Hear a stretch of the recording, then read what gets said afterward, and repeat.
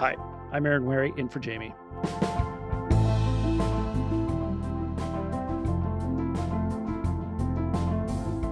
A key part of Mark Carney's deal to get a new pipeline built in Alberta involved a project that promised to bring down emissions. It's a carbon capture project called Pathways, and he was talking it up just yesterday in Red Deer, Alberta. The Associated Pathways Carbon Capture Initiative will make Alberta's oil some of the lowest in carbon intensity in the world, while creating an entirely new industry built once again on Albertan drive and ingenuity, just as Alberta did with the oil sands when I was growing up here. But Carney is far from the first Canadian leader to pin great hopes on carbon capture.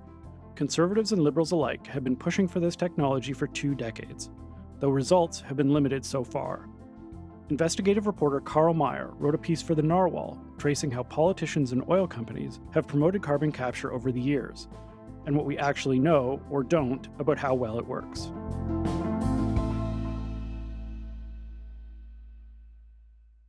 Hey, Carl, thanks for joining us.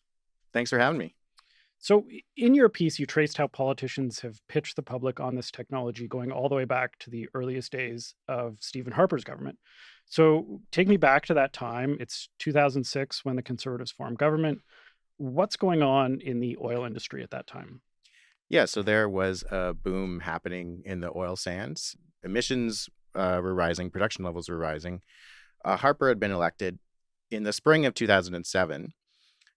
He flies out to Edmonton and meets with the Premier of Alberta at the time, Ed Stelmach, to announce some money and to announce a joint panel with the government of Alberta would investigate the potential of carbon capture to clean up the emissions in the oil sands. And Harper presents this as, if we can perfect this technology, we can use it to curb our greenhouse gas emissions, we can export the technology around the world.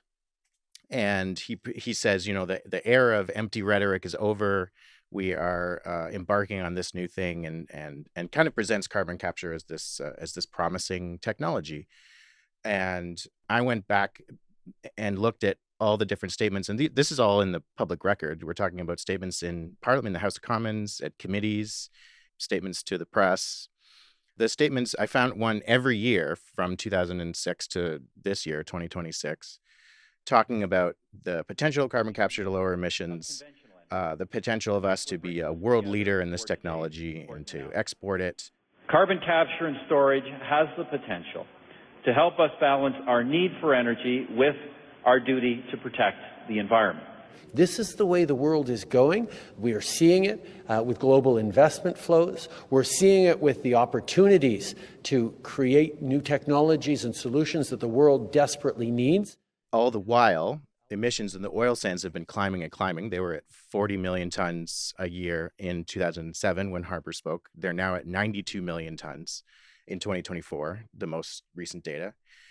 But meanwhile, the ability of us to capture carbon has never gone beyond a few million tons per year. And you can actually look at our national inventory report out of Environment Canada that says we have captured a total of 68 million tons of emissions over 24 years. So from 2000 to 2024. Oil sands are emitting much more than that over 1 year. So it adds much more than we've ever taken away over almost a quarter century. Before we get too far down the road, we should probably define our terms. Just briefly, what is carbon capture and storage? So carbon capture and storage is technology that sucks carbon dioxide out of an exhaust stream. So if you can imagine an oil and gas facility that's producing carbon dioxide exhaust, this technology captures it before it enters the atmosphere and does something with it. So either it's used by the industry for other industrial applications. A common one is to inject it back into the ground to try to get more oil out, or you can inject it into reservoirs and try to store it. A project off BC's coast is turning to a familiar friend to help remove carbon dioxide from the air by capturing the greenhouse gas and injecting it into ocean rock. Engineers are looking at a region 300 kilometers off the coast of Vancouver Island with a capacity to hold 15 to 20 years worth of emissions. There are other applications for carbon, but that's what we're talking about when we're using carbon capture in the oil sands in the oil and gas industry. And the political interest in this, as you say, wasn't just a kind of passing fancy. There was a sustained push, as you mentioned, by various members of the Harper government over the years to develop and adopt this technology, to promote it. Why do you think it was important to them politically, practically? Emissions have been rising pretty much every year, as I mentioned, and the oil and gas industry, in particular the oil sands, has been a big contributor to exports and to the economy and to particularly, royalties in Alberta. And it's appealing to envision a technology that can help us remove the emissions, remove the bad stuff, while still being able to do the good stuff. There are other ways of limiting the emissions, and particularly we can talk about that proposal by the Trudeau government to cap the emissions is another way to do it. And then, as you also mentioned, in 2007, the federal and Alberta governments create this task force to advise them on carbon capture and storage. And in 2008, the task force comes back with a report that says Canada has an opportunity to create, quote, a world-leading technology that can reduce greenhouse gas emissions rapidly and on a massive scale, unquote. What kind of results were they imagining? Yeah, they proposed that we could theoretically capture 600 million tons per year of emissions. So they don't give a precise date on that, but they do say that the implementation of carbon capture technology could be done with current technology within a decade. So 600 million tons a year, just to give a perspective, that's a majority of the country's entire emissions profile. It would, as you say, like Canada's total GHG emissions in 2024 were 685 megatons. Yeah. So it's a huge number. Yeah. And, it's been nearly 2 decades since then. How much progress have we made? Natural Resources Canada told me that we are able to capture on the order of a few million tons per year. They don't want to give a precise figure because they say that it goes up and down depending on different factors. But the point is, it's not tens or hundreds of millions of tons. And it's not that the technology doesn't work. It has been proven to work. And the issue is scale. And do you have a sense, I guess, of why we haven't seen the results that were imagined? Why hasn't it been adopted widely? Why hasn't it kind of lived up to those ideas that we were hearing in 2008? I think a couple things. I think, first of all, it's expensive. The more you try to scale it up, the more facilities you have to attach it to. You have to do something with all of that carbon. It's quite a bit of it, which means you have to build pipelines and storage facilities to deal with all of this stuff. It's a huge, huge infrastructure project. Doing something on the scale of hundreds of millions of tons has never been done anywhere in the world.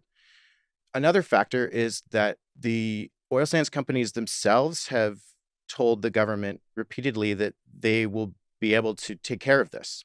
Global demand for energy is increasing, and the challenge is to meet this demand while reducing our carbon footprint. Part of Shell's solution involves carbon capture and storage, and that's why we built Quest at our Scotford upgrader. They have come out with proposals saying that they can capture tens of millions of tons of emissions by 2030, which is now doesn't seem like it's going to happen.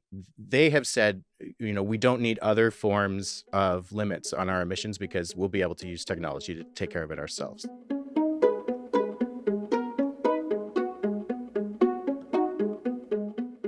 So the Conservatives were replaced by Justin Trudeau's Liberals in 2015. The Liberals obviously put a big focus on climate change, but they also still talked about carbon capture. Why do you think the push forward or the acceptance of it is bipartisan? Yeah, so I talked with a few people for that piece I wrote. One of them was the former Environment Minister, Stephen Guilbeault, and I put that question to him. Why is this something that's been so appealing to politicians on both sides, on the Liberal and Conservative? And he said a couple of things. Global climate scientists have said that we need all the tools in the toolbox. We need to reduce emissions. We need to reduce our use of fossil fuels. And we also need technologies like carbon capture and other technologies in the carbon removal sphere, pulling it out of the atmosphere, to achieve what we need to achieve to limit global warming. And he said, that message has been confused with the message of using carbon capture as a technology to continue to pump oil and gas. And then he said it's a very appealing message to politicians to think of it that way, but that's sort of a mischaracterization of what climate science says. And then during Trudeau's tenure, there's this coalition of oil and gas companies started called the Pathways Alliance, with a stated goal of eliminating GHG emissions, greenhouse gas emissions from the oil sands. They recently rebranded as the Oil Sands Alliance. Can you talk us through a bit how that group and why that group formed? Yeah, so the Trudeau government was reelected in 2019 as a minority government, and then the pandemic happened in 2020, and then they went for an election in 2021. Part of their reelection platform was trying to go further on environmental rules. And today, Canada is in a position to raise our climate ambition once again. Our new climate target for 2030 is to reduce our 2005 emission levels by 40 to 45%. And we will continually strengthen our plan and take even more actions on our journey to net zero by 2050. And part of their platform included this emissions cap on the oil and gas sector. And shortly after they got elected, you can start to see the oil sands companies under the Pathways Alliance label talk to the government about, we need a long time to prepare for this emissions cap. We need flexible rules to prepare for it. Entering into a negotiation with the government over how could we reasonably do this. And that leads eventually to the oil sands companies saying, we don't need a cap at all, publicly saying that. We just think it's going to be a divisive thing. It's going to divide Canadians, and we can move forward with this technology ourselves. And when the late 2024, when the Trudeau government finally comes out with the draft rules for this emissions cap, we will create a cap-and-trade system for the sector. It will reward low-polluting facilities and incentivize higher polluting facilities to invest. They explicitly tie it to the promises of the oil sands companies at the time. They say they're the ones who are saying we can cut 22 million tons by 2030 and considerably more after that by 2050. At one point, they were saying they'd get to net zero operational emissions by 2050. We work closely to develop what is technically feasible for the sector, but also to keep the industry accountable to their own promise that they've committed to be carbon neutral by 2050. And it's also a form of insurance for Canadians that with this policy, we will continue moving towards the achievement of our goals. And Jonathan Wilkinson, who was the Natural Resources Minister at the time, described the emissions cap as a backstop to ensure that the industry did what they said that they could already do. After the Carney government came in, there was a negotiation with the Alberta government where the end result was the deal that they have now, the MOU, which commits them to not moving forward with the emissions cap. So at the same time, the earlier comments from the oil sands companies about being able to cut 22 million tons, that's now gone. Now the current deal has scaled that quite down to 6 million tons by 2035 and possibly more, but we don't know if they're going to use carbon capture. It might be, they say, a range of technologies. So, and I guess help us understand a bit why it would be in the interest of an oil company to get behind carbon capture, which conceivably puts an additional burden on them. Is there a financial incentive for them, or is that just that they know they need to address climate change and this is an acceptable path?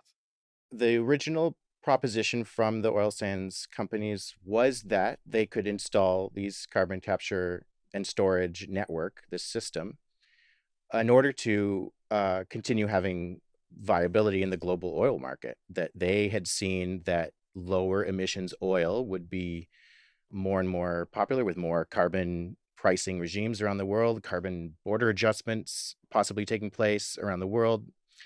And they saw that as a path to continue. And they said that publicly. Another element, I think, is that they had already been using this technology for a number of years to do what they call enhanced oil recovery, which is injecting it into depleted wells to get more oil out. So they were familiar with it. And I think another aspect you have to talk about is there have been evidence collected that the industry has used it as a shield to portray themselves as doing something about their carbon pollution.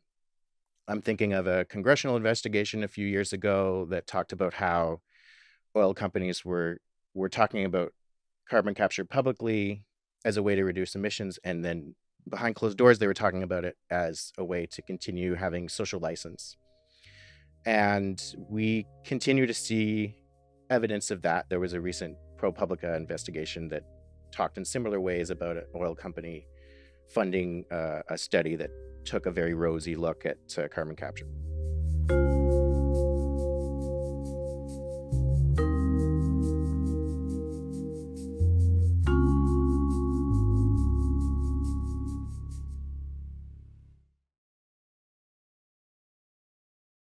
So we've already talked about this a bit, but to get back to the present, Carney made the Pathways project a condition of getting a new pipeline built as part of the MOU with Alberta. Earlier this month, he reached an agreement with the Oil Sands Alliance. The Government of Canada, the Government of Alberta, and the Oil Sands Alliance have now agreed on the terms to launch the Pathways project, the world's largest carbon capture and utilization and storage project. What is this project now promising to achieve? It's part of a commitment to cut 6 million tons per year with carbon capture by 2035 and 60 million tons by 2045 using what they call a range of technologies. So it's unclear how much carbon capture will be used with that. So for some perspective, the Canadian Climate Institute says that the rise in emissions that will happen because of the new oil to put into the new pipeline will be 20 million tons per year. So it's not even offsetting that. And then you have to consider, they're talking about expanding the Trans Mountain pipeline, which was already twinned. There are other pipelines that are being discussed or enhancements to them that could increase emissions there. And this is all oil. There's also LNG facilities and that whole side of the story that will also increase emissions. So there's also been this question about cost. The project was initially supposed to cost $16.5 billion, but now we're hearing it could be between $20 and $30 billion. Do we have a sense at this point of how much of that will be publicly funded? We don't have a sense specifically. I think you can say for sure that there'll be a considerable amount. Let's talk about the obvious things first. There's the tax benefit for carbon capture. That is at 50% for the equipment and then 37% for related sort of transport equipment. The Carney government extended that to 2035, and they also expanded it to allow companies to use it for enhanced oil production. In other words, to get more oil out of the ground. So you could see that as a subsidy. There are other elements like the oil pipeline itself. There's a question of how much public financing will go into that too. There's a Crown Corporation that's heavily involved with that. There's a private company that has made a non-binding commitment to hold a minority stake. And the government has also sort of left the door open to other financial incentives or help. I think you can say significant taxpayer involvement. We just don't know how much. And on the political side, the current Conservative leader, Pierre Poilievre, who was a minister in the Harper government, which, as we've now gone over, was fairly supportive of carbon capture, he has had some recent comments, prompted, I believe, by a question from you. What has he said, and I guess how do you interpret those comments? Yeah, soon after he became leader, after 2022, he was quite vocal in the House of Commons about pushing the government, this was the Trudeau government at the time, to support carbon capture in the oil and gas industry more. He asked the government to throw their support behind it more. We have to focus on technology and not taxes. First and foremost, we have to take back control of our economy. And he has since flipped, and it was about the time after the Carney government talked about the MOU with Alberta. He's now described it as a money-losing proposition. He wants Alberta to spend $20 billion on a money-losing carbon capture project that has never been proven anywhere as a condition for building the actual pipeline. And so I asked him why he flipped, and he said he only sees value in carbon capture if it's used to extract more oil. And he said, other than that, he described it as just putting air back into the ground. And how's it going to make money, he said.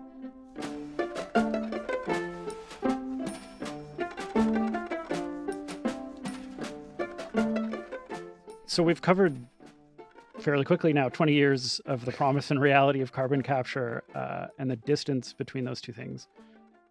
But I guess we should say the Climate Institute has written that, quote, carbon capture could play a crucial role in decarbonizing the heavy industry and oil and gas sectors, unquote. In its modeling, some form of carbon capture had a role to play in getting Canada to net zero by 2050, though there was a pretty wide range of possibilities, accounting for somewhere between 1 and 29% of emissions. Between investment tax credits, carbon pricing, and other policies, the government was also shoring up the business case for this technology, the Institute noted. So despite everything we've covered here, is it still possible that carbon capture plays a role in the path going forward? Oh, yes. Like I said, it's a tremendous infrastructure undertaking. We're talking about a scale, I think, that is quite frankly hard to imagine.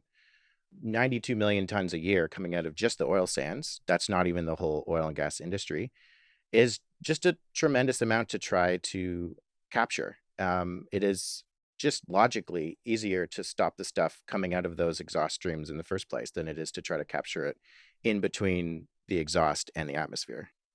And I know, we should mention there are a number of different factors that are at play in the current government assessing whether to put strict limits on emissions.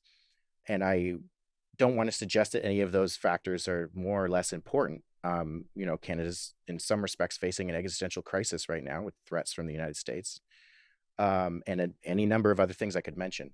But I'm just looking at the history of this here, and this is technology that has never really gone beyond a few million tons. We should also mention there are other forms of this technology to pull carbon out of the air or to inject it into concrete or to trap it in rocks that could be explored. And the Carbon Removal Canada says there's 11 million tons of that in the planning stages. So placing carbon capture equipment on industrial exhaust streams is not the only way of doing this, but there are other ways of trying to limit emissions. There's also, I guess, the larger context of Carney's climate agenda and some of the criticism he is facing. We're experiencing devastating wildfires across the country, while he just approved a new pipeline and conceded Canada's emissions will be higher in the next few years than previously projected. Where do you think the Pathways project fits into the sort of broader picture or the broader story of the government's approach to climate? Yeah, I think we should mention that the government has come out with this electrification strategy. They want to double Canada's electricity production by 2050. And, they've talked about wanting to make Canada the best place in the world to build and invest in clean energy. And so you can imagine all the power that we'll need to run EVs, for example. So I think there are a number of interesting goals there, but there are also ways that emissions could continue to rise based on that. So the previous government had this clean electricity regulations that had limits on basically all power plants, including natural gas power plants. And the Carney government's approach, especially with the Alberta deal, is to allow for that. In fact, to commit to a, quote, expansion of natural gas generation. Meanwhile, sort of pausing the clean electricity regulations. The Carney government also has a nature strategy that they are putting money and resources into to sort of protect biodiversity. So there are a number of things that the government is doing at the same time backing off climate commitments that the Trudeau government has made. Do you see in Pathways or more broadly a distinct difference in the way Justin Trudeau, his government did climate policy and the way Mark Carney's doing climate policy? You've been around the Hill. You've also now are well acquainted with the Stephen Harper record. Within the climate story, do you think there has been a marked change in the way the federal government is doing climate policy?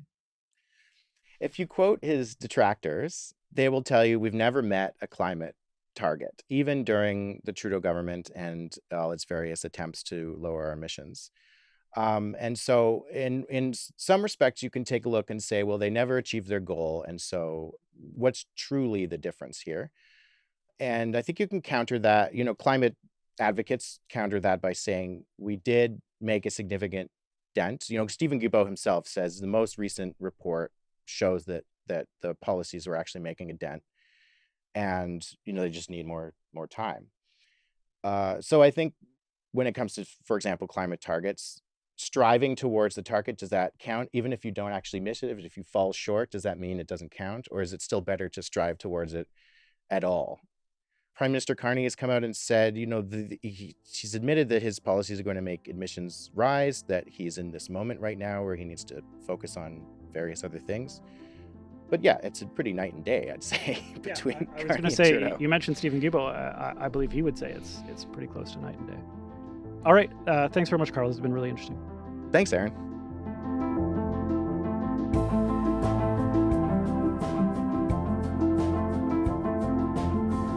That's all for today. I'm Aaron Wary. Thanks for listening to Front Burner.